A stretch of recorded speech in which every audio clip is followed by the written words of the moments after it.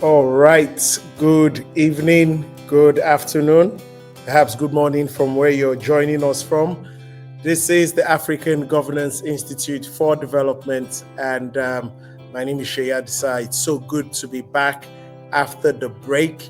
Welcome to the second season, and we will be kicking off with one of our themes at the African Governance Institute, which is leadership. The African Governance Institute for Development, as you may be aware, is an institute based in Nigeria, a Pan-African institute that's been set up to really build platforms that will share knowledge on key areas of governance, leadership, and national development, whereby empowering the next generation of leaders to become the sort of citizens, active citizens that will play their role in the nation building, and of course, empowering leaders that do decide to go into the public sector. Tonight, I am so pleased to have with us one of our faculty members, one of us that has been an extremely valuable member to the African Governance Institute, and it is my delight and pleasure to welcome Dr. Abiola Salami. Welcome so much this evening. I'm also welcoming everyone joining us from all over. Please, as is our custom, do let us know where you're joining in from, and we will, recognize you over a period of time. And so, again, we will be having a conversation over the next 35 to 40 minutes thereabouts, and then we would open the floor for your questions on leadership, on transformational leadership, and we can guarantee that we have one of the best in Africa speaking to us today. So once again, it is my pleasure to introduce Dr. Abiola Salami. He's better known as the Champ, but it's such a pleasure to bring you up as our first webinar guest in the year 2025. Thank you, Dr. Abiola Salami. Thank you. It's an honor to be here. It's always great hanging out with you, hanging out with all the stakeholders at the AGID, and then for us to drive excellence together. That's the ultimate goal. So we're here together. So thank you once again for the opportunity. So let me just say, if you don't know Dr. Abiola Salami, I want to encourage you, just Google him. He's fondly known as the emotional intelligence coach. He has a fantastic book, The Magic of Emotional Intelligence, and many other resources. He's a Forbes coach. He's one of the transformational leaders I certainly know, and I'm really looking forward to learning from him tonight. I hope you guys are also ready to go, and I'll just kick it off straight away. So Dr. Abiola Salami, the Champ, I think I prefer. So leadership, what is it to you in your experience? I've read so many books on leadership, John Maxwell, Miles Monroe, and all of them seem to have similarities, but also sort of different mixes as to how they see leadership. So what is leadership to you before we even take it further? Okay, so because you mentioned two other teachers of mine, I will start with them and end with my thoughts. So John Maxwell will say that leadership is about influence. And then Miles Monroe was asking, okay, influencing what exactly? And in my own experience, I would say leadership is just about taking responsibility, taking personal responsibility. Many times when we discuss leadership, we are thinking about the leader. And when we are thinking about the leader, we are pointing finger. We're looking at maybe the president of the country, the governor of the state, the people in House of, whether it's at the federal or at the state level, House of Representatives. We're thinking about our supervisor at work. We're thinking about our father, our mother, or we're thinking about our senior sibling. Many times when we think about leader, we don't look at ourselves. We look at other people without realizing that leadership, as it were, is about taking personal responsibility for progress, personal responsibility for improvement. I wouldn't say personal responsibility for change because you need to be able to put change in context. If it is not growth, if it is not improvement, if it is not forward thinking and forward looking, if it's not advancing the people that are the stakeholders in the conversation, then that's not the kind of change that we seek. So leadership is about taking personal responsibility for progress, personal responsibility for growth, personal responsibility for success. The underlying phrase is personal responsibility. And that doesn't come with any position. It doesn't necessarily come with any position. And part of the challenges we have, not just on the continent, but in the world, and this problem has always been in the world anyway, it's just because we lack exposure. So that's why we think it's an African problem. Many thanks to the gentleman that is making us see that leadership is actually a global problem right now. And so it's about taking personal responsibility for improvement and for growth.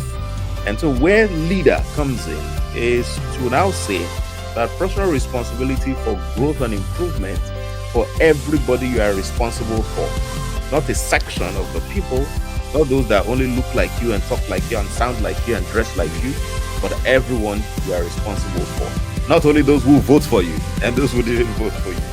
The moment you get into office, you become responsible for everybody. So leadership is taking personal responsibility for progress.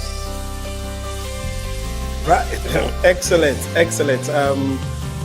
The champ, you've said a few things, and I just really want to highlight that. You've differentiated between the leader and leadership. Leadership being a function, leader being, what people have classed as food and the role, but there is the difference between the role and the function. And you also touched on the fact that you don't have to have a title, and I think that's kind of where I want to stay on for a little bit, because you're speaking right now to a group of amazing young excellent leaders across Africa, and part of what a lot of young people face is I want change, but we can't even get into these positions. We are not able to become House of Assembly members. The system is rigged against young people. You tell young people to do all of these things, but we can't even get to those positions. So somehow we have equated leadership with positions of authority. So do you want to unpack that a little bit more for us? Because I think that is a mindset that we have had, and almost a limiting one, if I may say. So you really want to unpack that as to the fact that leadership and equating it with positions of authority or being in charge or being able to lead in your experience. So the truth is, having authority have its role in leadership performance.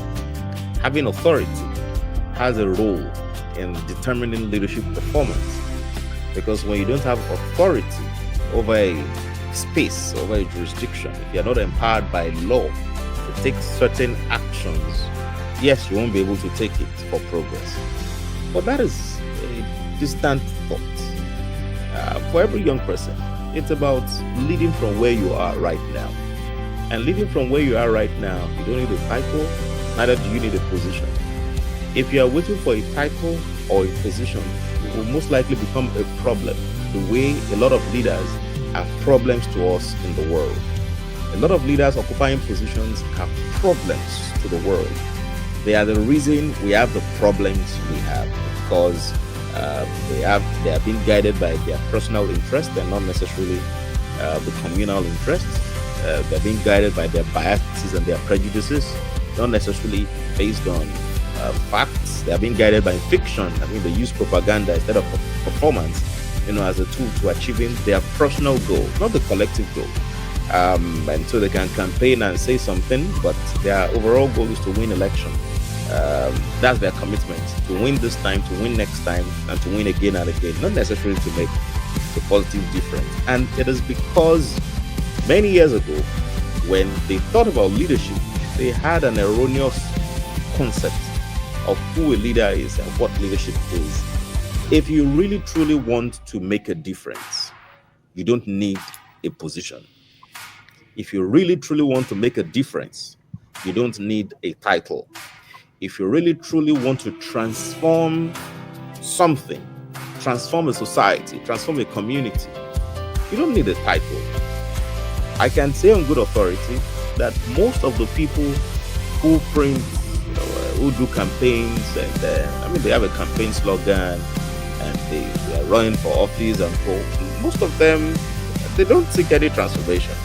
They could have transformation in their campaign communication, but based on visible results, based on what is tangible, what can be measured, a number of them don't have anything to show for it. Yes, they can use the media for propaganda, but we all know this. And there are actually problems to us in the world. So as a young person, you don't want to grow up to be the problem that you are condemning now. Because there are a lot of people who are in leadership positions now who became a worse version of the problems they condemned X number of years ago as a young boy, as a young girl, right? Because they were just complaining, they were not building their capacity. When you complain too much, you will be so engrossed in complaints that you won't pay attention to building capacity. An opportunity for leadership can come through any means. And when it comes, it is your capacity that will show whether you can make a difference or not. Not the things you are saying, not the things anybody can pay anybody to say whatever good about them, right? It's not about what you are saying, but it's in your capacity to lead.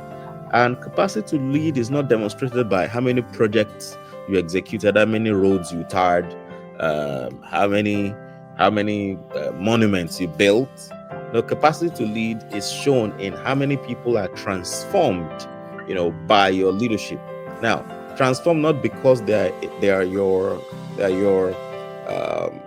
not because they know you and they are close to you and then you use your position to help their life improve. No, not just that. Is that even the people that are not close to you, everybody are responsible for what is the transformation of their lives. And you need to start that from where you are right now. You don't need to be the student union president for you to lead from where you are. And I give you an example.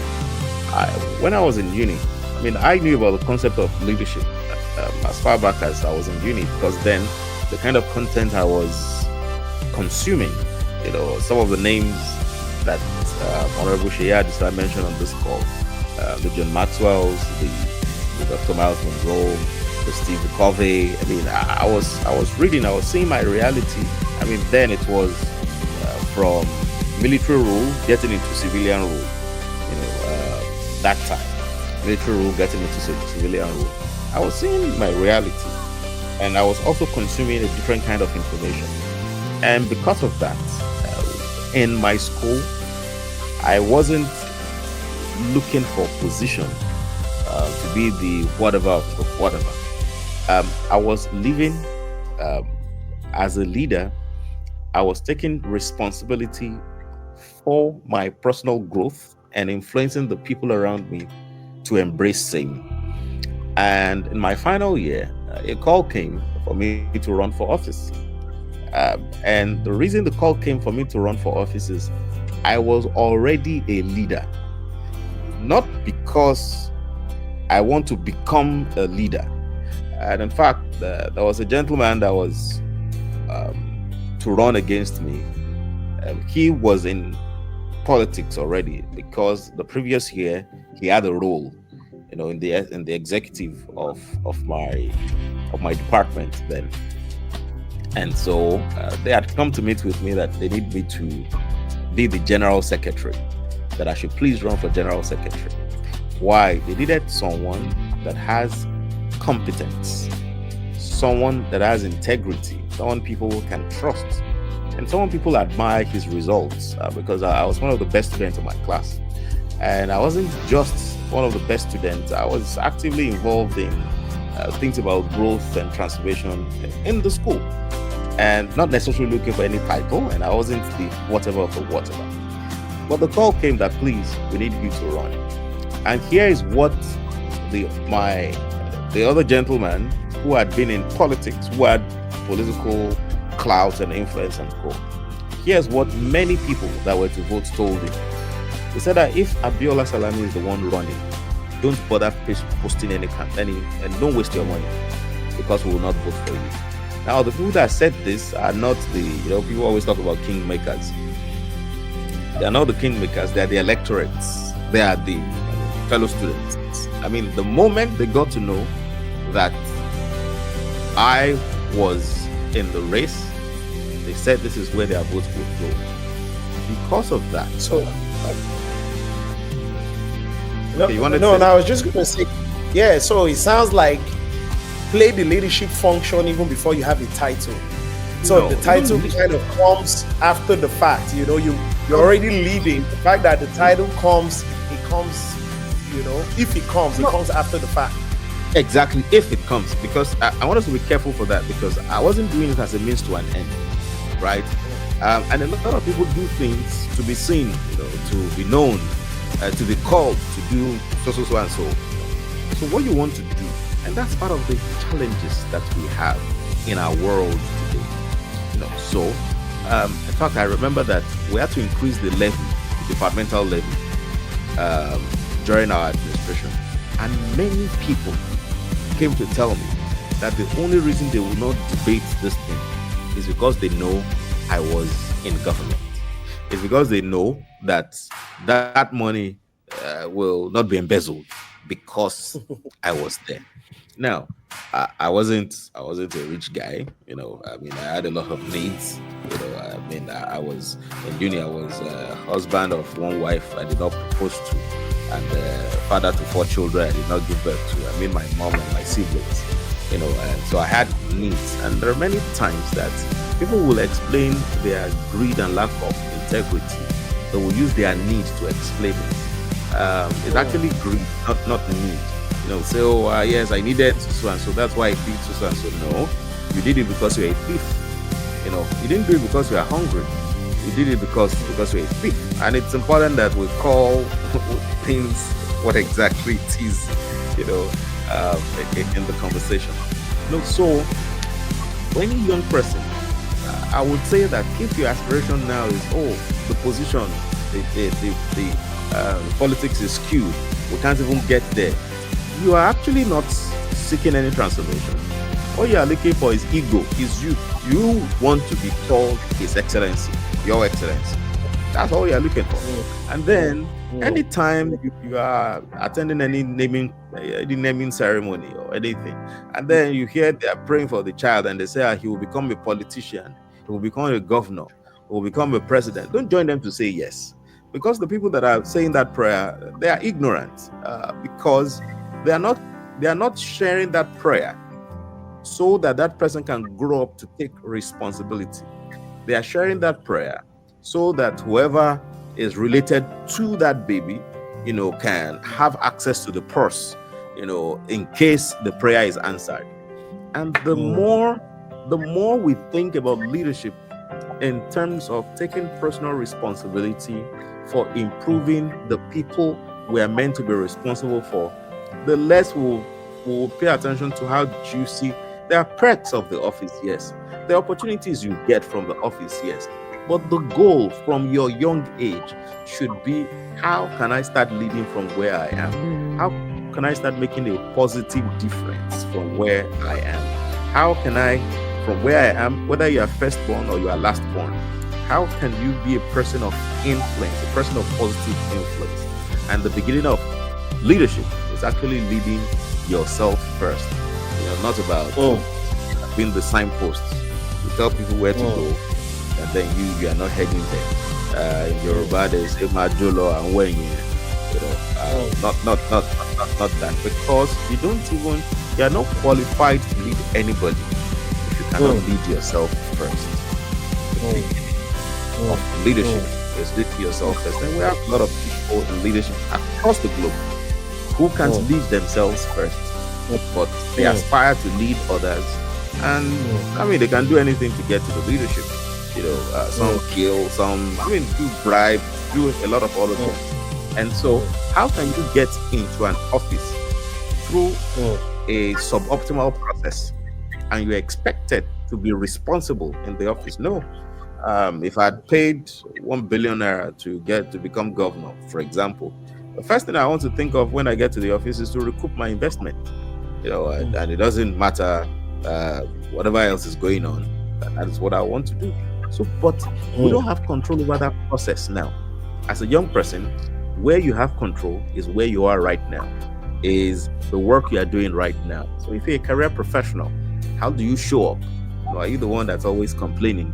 Are you the one that's always looking for when the boss is not around so you can faff around? That is your responsibility. And then you are saying you are leaders of tomorrow. No. Or are you the one that you know what your KPI is and you are committed to delivering on it? That's what leadership is about. Some people will say that they can work under pressure without supervision. Okay, yes. Can you really truly work under pressure without supervision?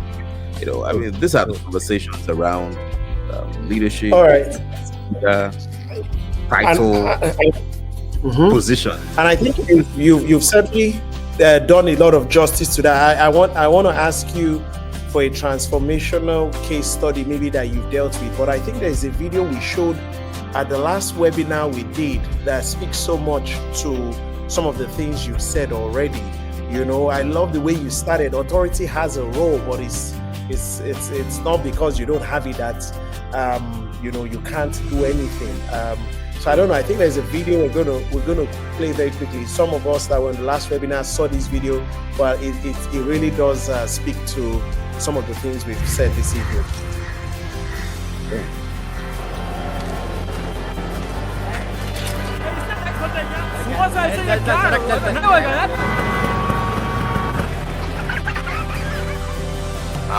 Sir आपके लिए उस पार car का इंतजाम किया है sir. Sir आइए sir. ये चल चल। जाओ बोला क्या बात करता है, क्या ऊपर से जाएगा, क्या ऊपर से जा जा। गया main show. I hate this country. कुछ करो ना। मैं वहाँ जाके क्या उखाड़ लूँगा?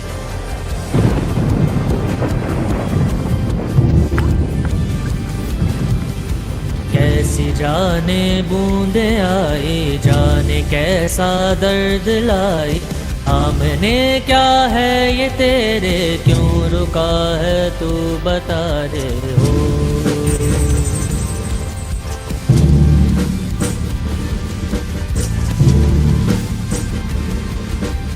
कौन तुझको पार लेगा, कौन होगा वो मसीहा, जिसे तू ढूंढता है वो ही है तू वही है।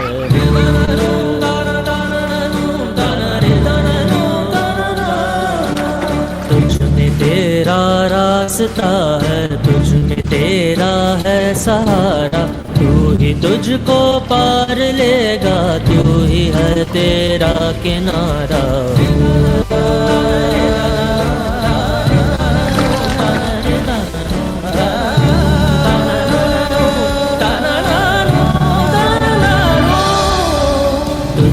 तेरा रास्ता है, तुझ में तेरा है सहारा, तू ही तुझको पार लेगा, तू ही है तेरा किनारा। से ढूंढता है तू ही रे, तू ही रे, तू ही तेरा मसीहा हो।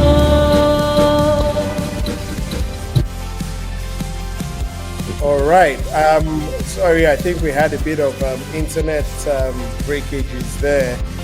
But I think it's clear. The little gentleman without authority, without anything, was the one that faced the problem and brought transformation. Dr. Salami, do you have any case studies that you want to actually share in your experience where, something transformative that you've seen, how people can really, just believe in themselves and take responsibility for change and not say, I don't have the title or I have the title, I must be the one to do it? Well, there are several examples. And without trying to continue to put the spotlight on me, let me just share this. One of the things a leader should have is integrity, is character. and it has a transformational power. Um, the my my first role, my first job, after uni, I got this job few months after after service. I got this role, and then I got on the job. It was in Port Harcourt, and we had the responsibility to engage the young people in River State. It was a time there was a lot of volatility, oil bunkering. During President Obasanjo's first term, and the job I was doing, the company I was working with, got that, designed that idea to engage young people, to reduce youth restiveness, youth unrest, in that area. And on this particular day, the organization approved that we should give some money to some CDC leaders, CDC's Community Development Council leaders, who helped us to have a peaceful stay during the course of the project. And on our way to this location, my boss at that time shared a brilliant idea with me. I call it brilliant in quotes now. And the idea was that we should share that money.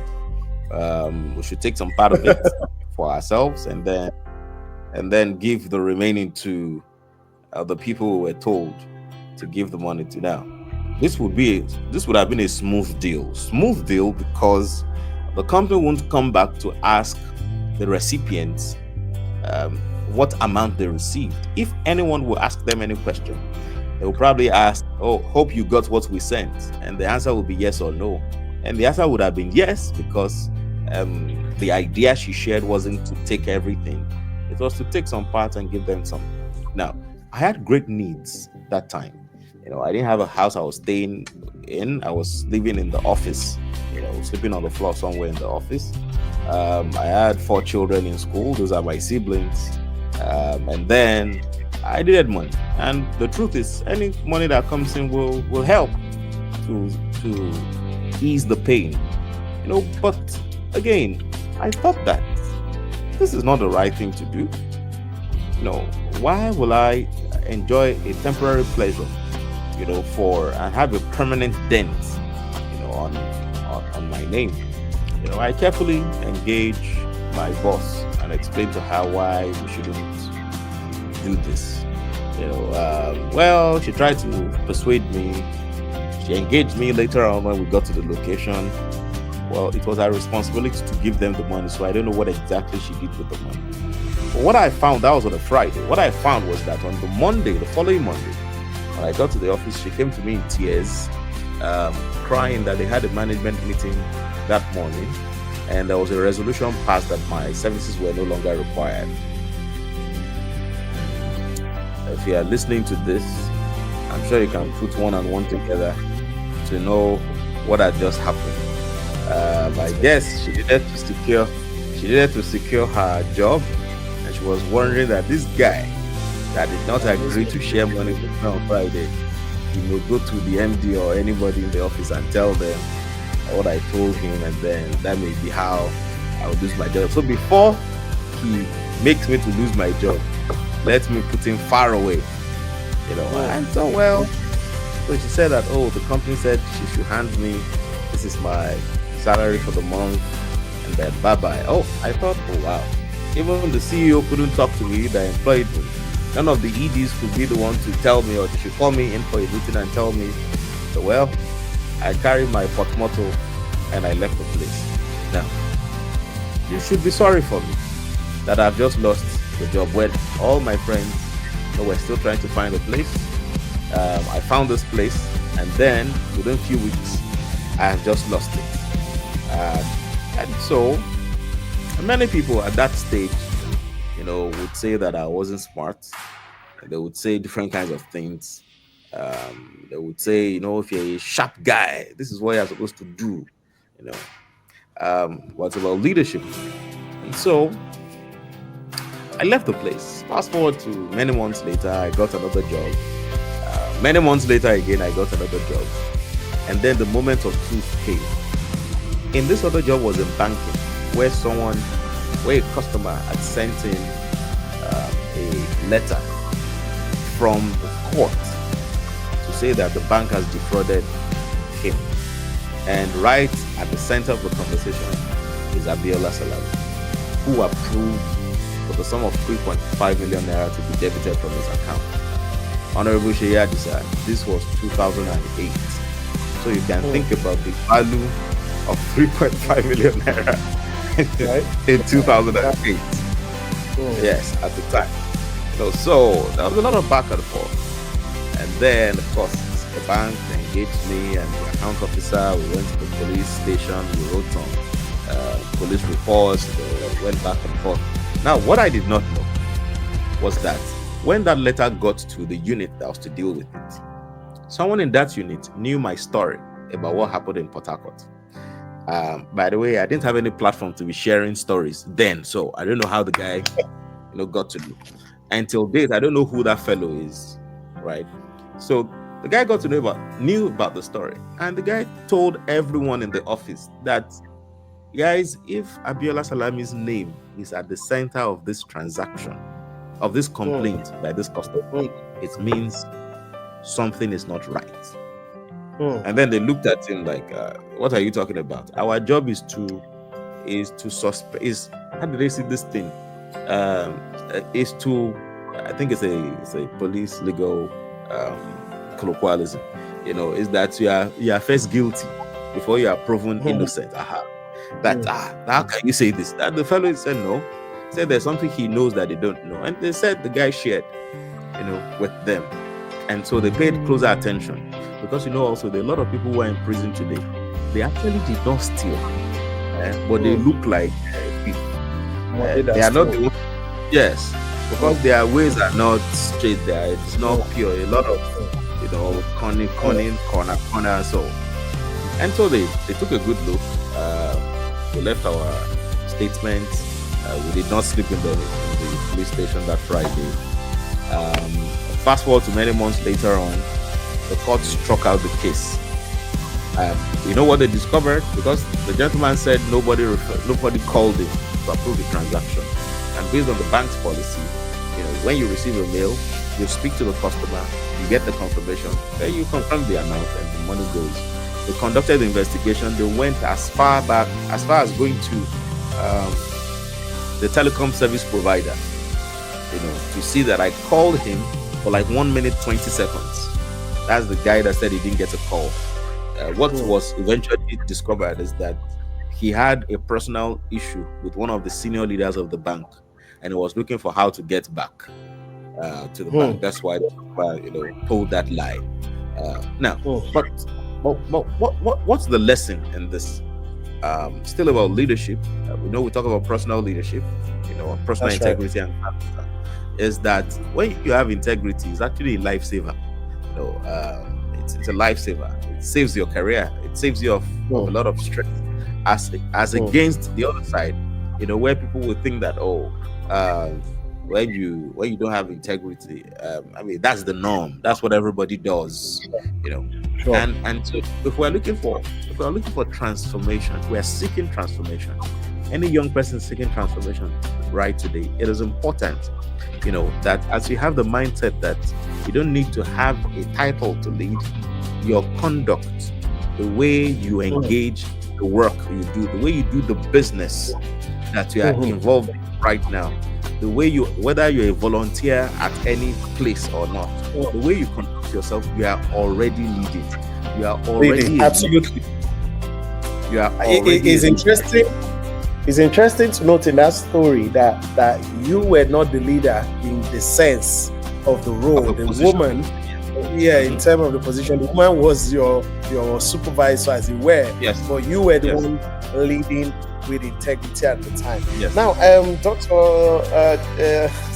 Cham, Salami, I think one of the things that has plagued a lot of people, especially in this side of the world, is the models and the patterns we saw of leadership.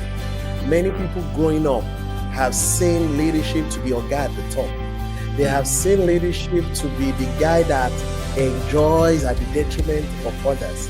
The guy that everybody salutes. Well done, sir. You're doing well, sir.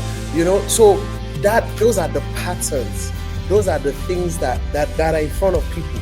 And if people are not exposed sometimes to good characters, whether through books or videos or any of those things, and this is their reality, this is what they see day to day, it kind of has a mindset it forms in them. So my question then is, in your coaching experience, how do you make these mindset shifts happen? That leadership is about service, that real transformation is about serving these people so that their lives can be impacted, and not just, like you said, those that voted for you or those that supported your order. How do you what mindset shifts are required, number one, and number two is, how do you facilitate these shifts? I know you coach many leaders in the public sector, in the private sector, and I'm sure you understand what I'm talking about. This is something that over the years, it's almost like you said, norm in this part of the world. So how do you what shifts, and then how do you facilitate them? I know we're going to start to take questions from the audience soon, but I want us to answer a few more before we do that. Okay, so that's a great question. It's important for us to know that shift is not automatic. There is a desire in people and that desire is, I will call it the conscience, right? That in as much as you are seeing wrong, you are seeing people bullying, you are seeing people embezzling, you are seeing it, something is telling you that it is not right. Even if that is all you have seen, there is something in your mind that is telling you that it's not right. In fact, if there's nothing telling you it's not right, then the individual is doomed. The individual is doomed. But there's something that is saying it's not right. Now, mind shift is not what we can hand anybody. Mind shift begins with a desire from the person that is seeing that I have a lot of things around me that is feeding my mind, but my conscience is telling me it's not right. Then the person now seeks intervention to unlearn what the person has learned over time. If it does not begin with a conscious desire for improvement and transformation, it will just be effort in futility, right? So the beginning of it is every young person that is listening to me right now, that you know what is right. You know this thing is wrong, but you might have had a lot of examples that are only replicating and duplicating the wrong. Now you know what is right. You now need to seek intervention to sources, to places, to programs, to systems that will help you to keep this little light of yours, and you will make it shine. I mean, we are in the same country. We're in the same marketplace where people bribe to get things. We don't do it. I've not done it. And I'm not saying this so that anybody can think I'm holy or righteous, or no, I'm not that holy or righteous. It's just a decision you make to ask yourself that what is the value of your name? What's the value of your work? If you are solving a problem, I mean, we're having a conversation before we got on this call, and we're talking about an intervention that we're designing. And one of the things you said, right, is that especially when what is being sought is to help to solve a problem, right? So we're putting value on the table. It's not just that we are rent seeking. We're putting value on the table, and the value attracts some monetary value, as well. So every young person needs to seek a source that will help them to unlearn the wrong leadership styles and the toxic leadership they've seen over time, so that you don't become what you condemn. As a young person, it is easy for you to become in future what you condemn today if you don't seek intervention to help you, to prevent you from becoming that thing. The easiest thing, if you do nothing, is you will become exactly what you condemn. There are people who are corrupt leaders today who sincerely complained about corrupt leadership many years ago. They were sincere in their complaints many years ago. They were not doing propaganda. They were not just trying to be seen and known. They were sincere in their hearts that people are stealing money and it is wrong. And then they lead campaigns. They complain, they talk with their friends, but they did nothing about it. So they have become today what they condemned yesterday. So that you don't become what you are condemning today. Because if you don't do anything about it, it means you are condoning it. And so no matter how much you condemn it and you still condone it, you will become it, in the future. And so it's important to mention. So the other part of the question, how do you now make that change happen? When you hear of a leadership development program, attend. When you see a book on leadership, read. Also watch your circle. If you are always talking and communicating with people who lack integrity, who lack personal leadership, who are seeking out to steal ballot box and kill people and do all of that, you will become it. Because I believe none of us is smart. Every one of us, we are smart as the influences we subject ourselves to. So if you want to be transformed, get sources. I heard something once from a professor in Oxford, and the way the professor described it, said every time you compromise your values or your conscience, you let's say this is where you started off. Every time you compromise, you've moved a bit.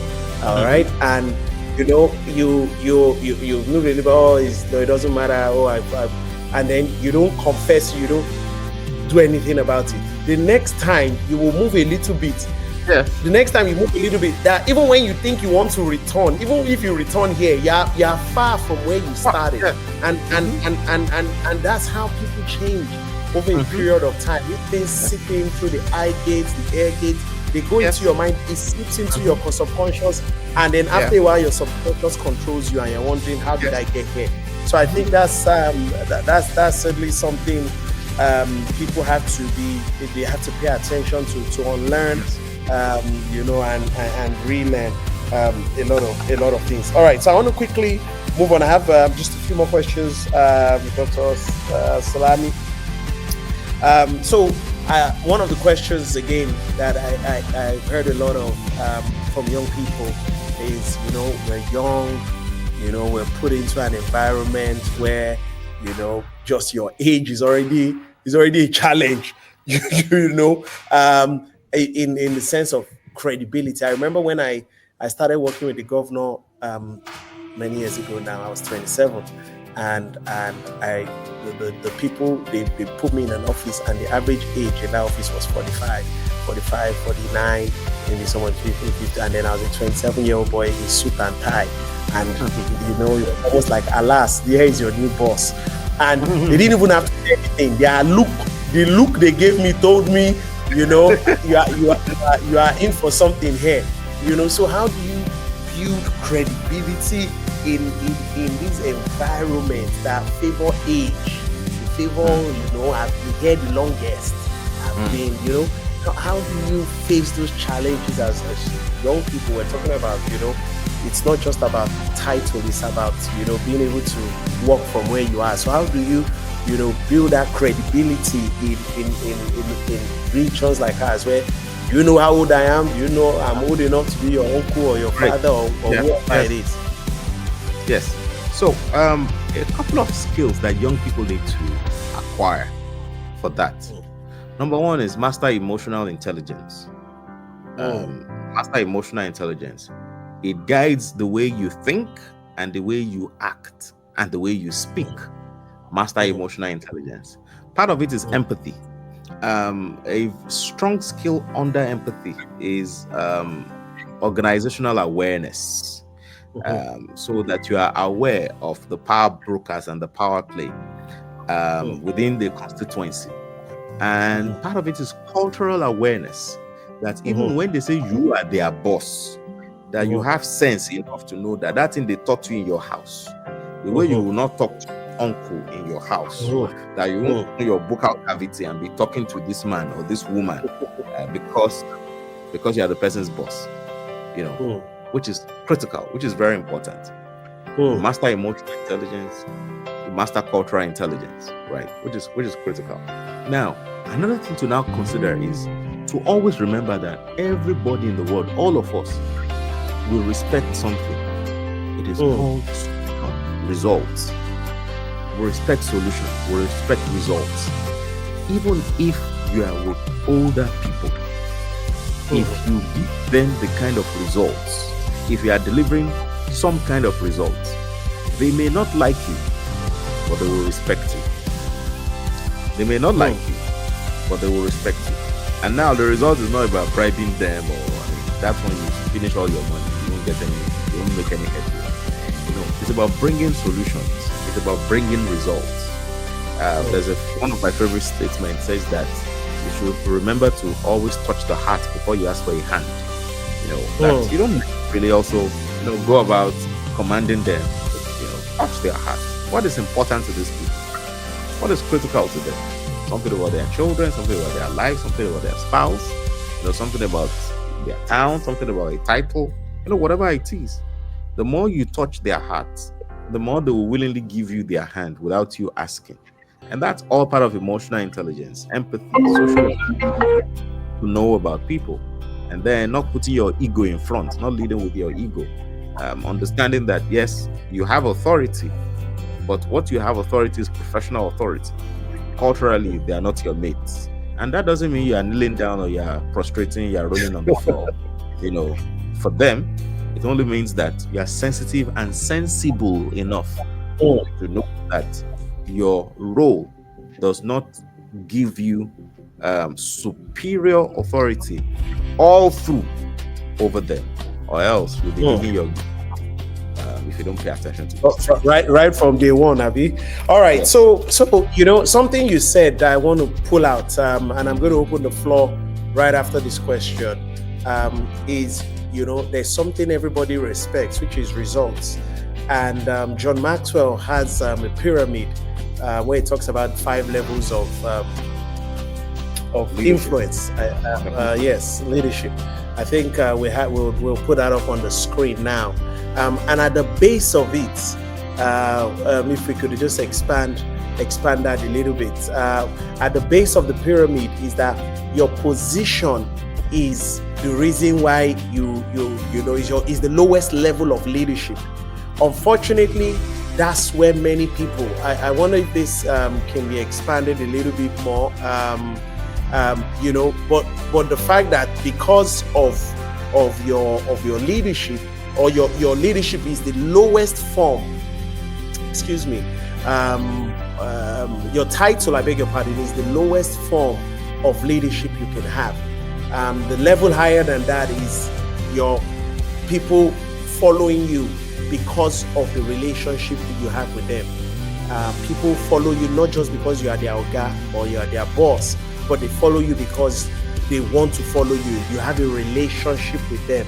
And so even if you don't have that title tomorrow, people will follow you because you have a relationship. And then the one you mentioned now, and which is why I brought up this levels of leadership, is results. And so even if people don't like you, they don't like the fact that you are their boss or whatever, where they see that you produce results, you get results, people sort of have no choice but to follow you, so to say. You're delivering the goods. So I don't know, I know you're also a John Maxwell student, so you just want to talk on this, and then we open the floor for the questions. Yes, when you produce results, failure has no relative. Everybody is a family member of success. So when you produce results, now it is critical to know that you don't produce that result alone, that you work with the people to deliver the result, because you want people to have that we feeling that yes, we contributed something to this, no matter how little their contribution is, and you acknowledge their contribution. That is part of how they continue to respect your leadership, that you acknowledge individual contribution to the work. And of course, also knowing that you commit to developing them as well. And I set an example for you. We run this International Leadership Bootcamp with Dr. Abiola Salami International Leadership Bootcamp. Now, the story of a young leader who saw an opportunity to help the people he's leading to acquire more skills. What broke the jinx for him was because he enrolled them for the International Leadership Bootcamp. Right? They could see how their life is changing right in front of them because of the exposure. And they wouldn't have gotten that exposure if not for the leader. And so developing people is not only about sending them on a training. Developing people also about giving them tasks where they can learn and grow from. Giving them about opportunities that they can grow their skill, knowledge, and improve their attitude. And then, of course, the more you do this, the more you develop people, so that you know that you're not just developing followers or team members, you're developing leaders, yourself as well. So that it is said that people don't leave jobs, they leave managers. So that even if the people that you are managing, if at some point in time they need to move to other opportunities, they still have a dotted reporting line kind of to you. They're still tied to you in some way. Not that you are tying down their destiny, but because of the way you led them, because of the way you led them when you had the opportunity to do so, they find themselves as your disciple, as someone they are forever committed and grateful to in the way that they've been led. And I cite another example for you, personal example now. My last 9 to 5, I was a senior manager in an IT firm. My role was business development. I had the opportunity of leading a team. Coincidentally, all of them were ladies, and I remember implementing some of those things that we are sharing. This was 13 years ago now. This ended 13 years ago. It happened for like 2 years and it ended 13 years ago. And I remember we had what we call personal development plans, which is about developing them.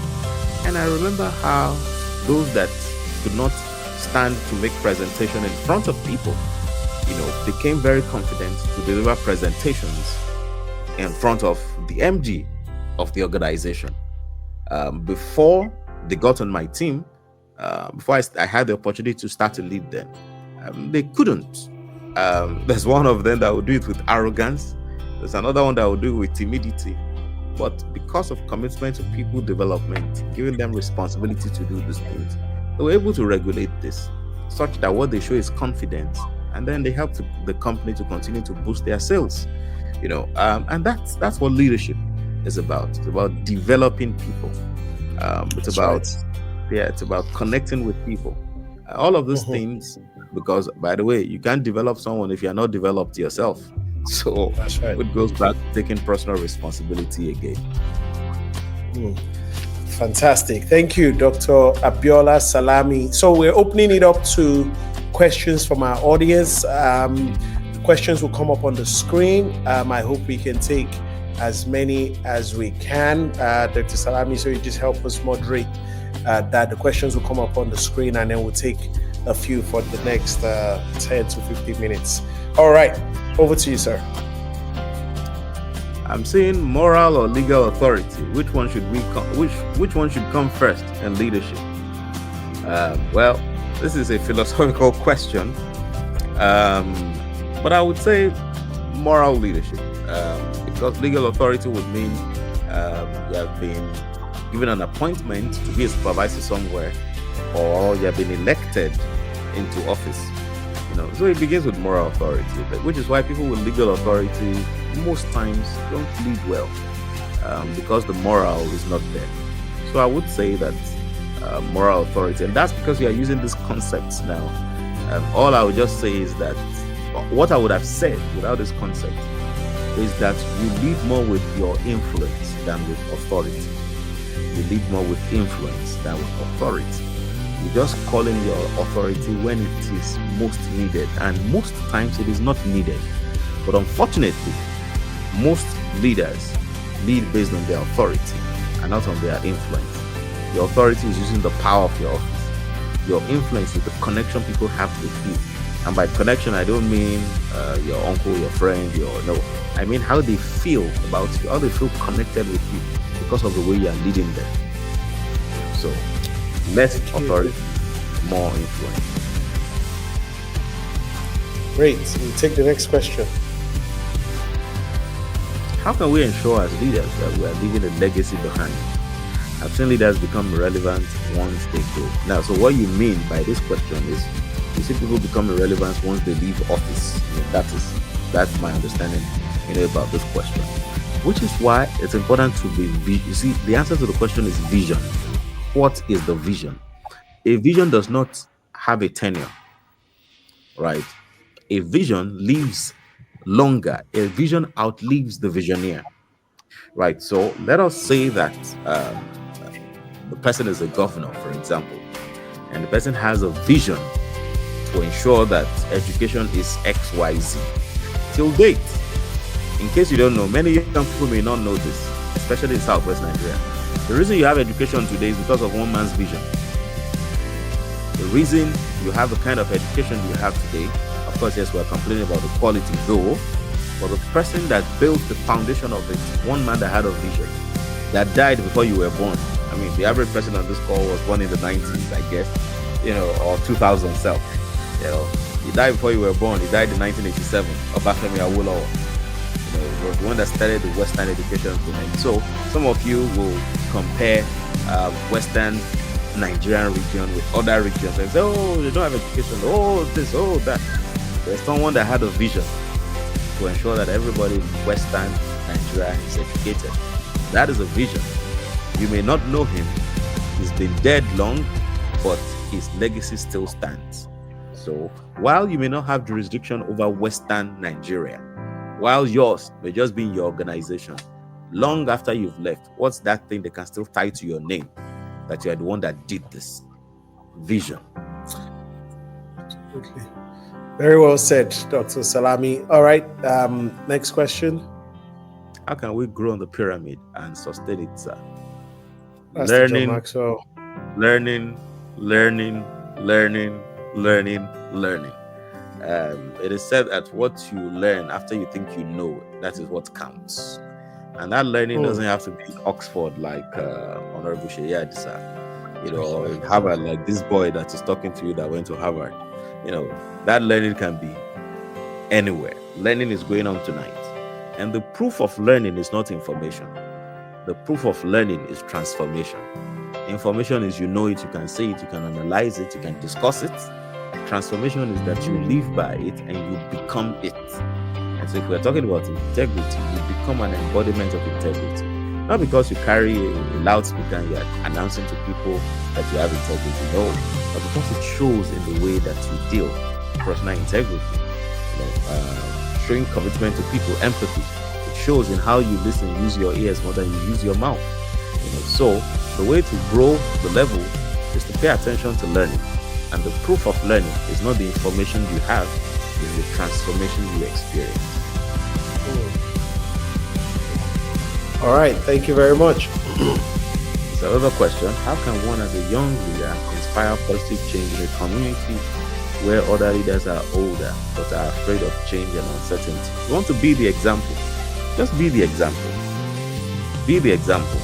Even the older leaders will come to you. They will come and ask you for advice. Be that example. Be that positive change that you want to see. Everyone else is living in mediocrity. You pay attention, commitment to excellence. And excellence is not about money and buying expensive things. It's about paying attention to details and bringing out something other than what people are used to. Let me give you an example, a personal example. I had a CD program when I served. In fact, I had 3 of them. One was on education, one was on health, the other one was on water supply. Right? And I remember meeting with the leaders of the community who said this may not happen. I mean, very old people in that community. By the way, it was in Core North. It was in faraway Jigawa State. Right? Now, eventually, when we delivered on the project, right, those people started coming to me for advice, asking me more questions. People ask questions. I wasn't married. Ask me questions about themselves and their wives. How can they deal? How can they lead their children? So the way to inspire change, positive change, is not just by what you say. It's about by what you consistently do. Do you have something you are committed to and you are focused on getting it out, no matter what? That is how to inspire change. Let me say this to you. Not too long ago, I was having a conversation with my mom. This is my mom. And out of the blues, she said, you know, I've discovered that whatever you are committed to do, no matter the obstacle, you get it done with focus and diligence, without screaming, making noise, shouting, blaming anyone. So that woman is being inspired by her son, because what we're talking about was even completely different. I don't know how she just brought in that into the conversation. So I'm sure that she's thought about it over time. She just mentioned it. So that's how to inspire, how a young person inspire older people. Be that change. Don't just be seeking permission, because they're not giving you the mandate. Because no, from where you are, what positive change, what difference can you make? What contribution can you make? And how consistent are you with this contribution? The world is looking for solutions. Whether the solution comes from a black person or a white person, it doesn't matter. Whether it comes from a young person or an older person, it doesn't matter. Whether it comes from a woman or from a man, it doesn't matter. People are seeking solutions. Sustainable solutions. Not makeshift. Sustainable solutions. And if you can birth it, you inspire them and they gravitate towards you. That's so profound, Dr. Salami. So profound. As you were speaking, I was just thinking about so many experiences I've had as well during campaign, during different things. Yes, you're young, but and I think the key word you say is what they see you do consistently. So it's not a one-off. It's not a flash in the pan. Then you start seeing people really coming to you, for results.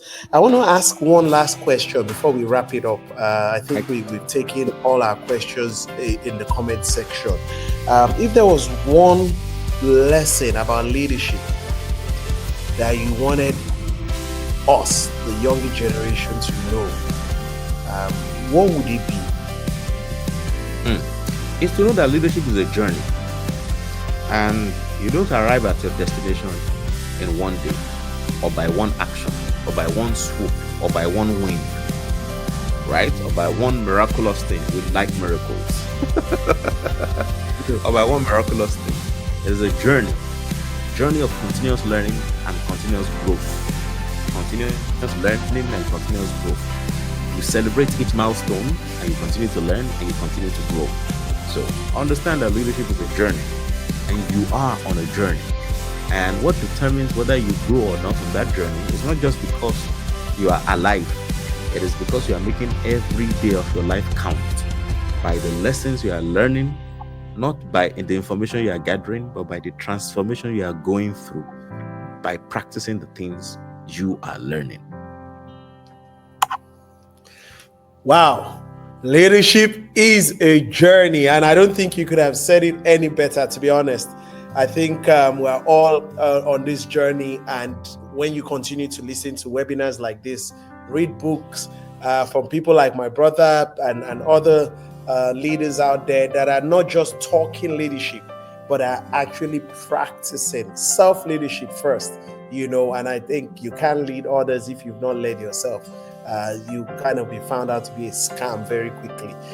So I think the more we continue to expose ourselves to this sort of webinars, the more we will, get better. So on this note, I really want to say thank you to everyone.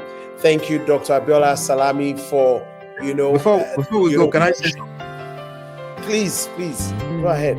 Okay. So because you mentioned books, by the way, we have a book coming out this year. It's titled The Magic of Productive Communication. Everyone, you get to know about it. This is family. You get to know about it. I just thought of mentioning it. We have The Magic of Emotional Intelligence released a number of years ago. So in the series, the next to be released in the series is The Magic of Productive Communication. How leaders should understand that communication is the language of leadership. They will be exploring some skills. Communication is the language of leadership. And a lot of leaders don't know how to communicate. They can speak, they can talk, but they don't know how to communicate. They can command, and they expect people must listen to them because of the lowest level of leadership position. But people don't listen to you because of your position. People obey you because of your position. If you want to command willful listening, it's not obedience that you want. You don't want obedience. You want willingness. You want people to do things because they want to do it, not because you said they should do it. If it is because you said they should do it, they will always wait for you to tell them to do it. If it is because they want to do it, they will take initiative even in your absence. And then as a leader, you only have one head. You cannot do everything all by yourself. No, it's a fluke. That's true. If anybody has told you that you're that powerful, you're as powerful as the team that you lead. So the magic of productive communication is coming up later on in the year. Start saving money. Everybody start saving money. Everybody listening to this right now must get there. Absolutely. I'm already looking forward. You know why? I even from the title, you didn't just say communication, you said productive communication. Yeah. And that adjective, that qualifying adjective tells a lot about what we should expect. And if you're on this platform, if you're part of our community, I'm sure you know that, wisdom, knowledge, this is what we're all about. You have to invest in yourself, personal development, personal growth. The Dr. Abiola Salami you see today is not the one of 5 years ago, certainly not the one of 10 years ago, certainly not the one of last year, because it's a journey of continuous improvement, continuous growth, continuous development. And I just really want to say thank you once again, Dr. Abiola Salami, for being our first guest on this webinar for this year. We have so many other speakers lined up, and we thought let's start with someone closer to home. We've had a lot of fun. We've certainly learned a lot. I really want to thank you. I also want to thank everybody that has joined this call, our regular guests, John Afolabi, Okwemi Adeoye, Tobiloba, all of you that have been on the call this evening from Nigeria, outside Nigeria, all across Africa. Really thank you for your time. On behalf of the African Governance Institute for Development, we're back with our webinar series, and it's so good and refreshing to be back. We hope you missed us, because we certainly missed you guys, and we're looking forward to our next webinar. This time it's going to be every month. So the next webinar is likely to be on the 20th day of March, third Thursday in the month of March, and we're planning to bring someone from the continent outside Nigeria. I'll keep that in the bag. We'll release it very soon, and I'm sure you certainly don't want to miss that. So please, of course, share this link with your friends when you see. Share with as many other young leaders that are growing that you feel need to be a part of this, and we will continue to grow together as a community. You will be aware we have a community on WhatsApp. Please join that community and be a part of continuous learning as well. So on behalf of the team, on behalf of myself, thank you all for being part of the first webinar for the year 2025. We look forward to bringing you many more amazing speakers so that you can continue to learn and grow your influence. Thank you, everyone. Let's have a good evening.